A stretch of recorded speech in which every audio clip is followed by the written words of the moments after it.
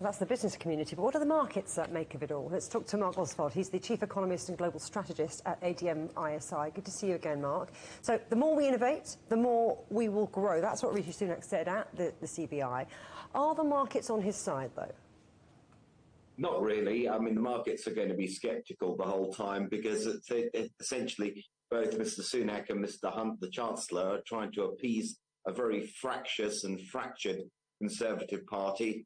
And it's very difficult to keep that in place. And that's why they put the measures in place, which are basically amongst the bigger headwinds to UK growth. So, it's all very well to talk about innovate, but if government's cutting spending and not offering any incentives to the business in communities of a significant nature to innovate, and indeed not helping to solve the labour shortage problems, the labour skills shortage problems, then it's just going to be a big challenge for the UK for quite some time.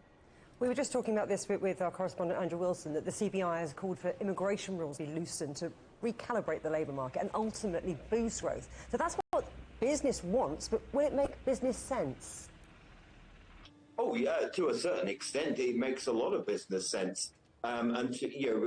Solving the problem of low labour force participation quickly is not going to be easy, because a lot of that has to do with the health service and not having a reactive rather than a proactive health system. So that can't be solved very quickly, and therefore somewhere along the line, immigration laws need to be relaxed, specifically with regard to the labour market. Now, whether it's special visa rules or something else, it needs to be done. Otherwise, really, there's not going to be much momentum there. And the productivity growth, which has been terrible in the UK, will continue to be bad. And that momentum, of course, plays into business confidence. So, we've heard from the UK's business body. But what about Europe? Let's talk about German producer prices and that data that's come out. Is it good news or bad news for not just the German, but the broader Eurozone economy? Well, it's good news in the sense that basically it tells us we're past the peak in terms of pipeline inflation pressures in Germany. But how are we getting there is probably the more important point, because why prices are coming down, particularly power prices, which drove all of this. There was a 10.4% fall in energy prices on the month. It's because production's being cut. So basically, companies are basically looking at the cost of their energy costs and cutting output. So it's a double-edged sword, this one. Inflation will come down, so interest rates probably won't go quite so high.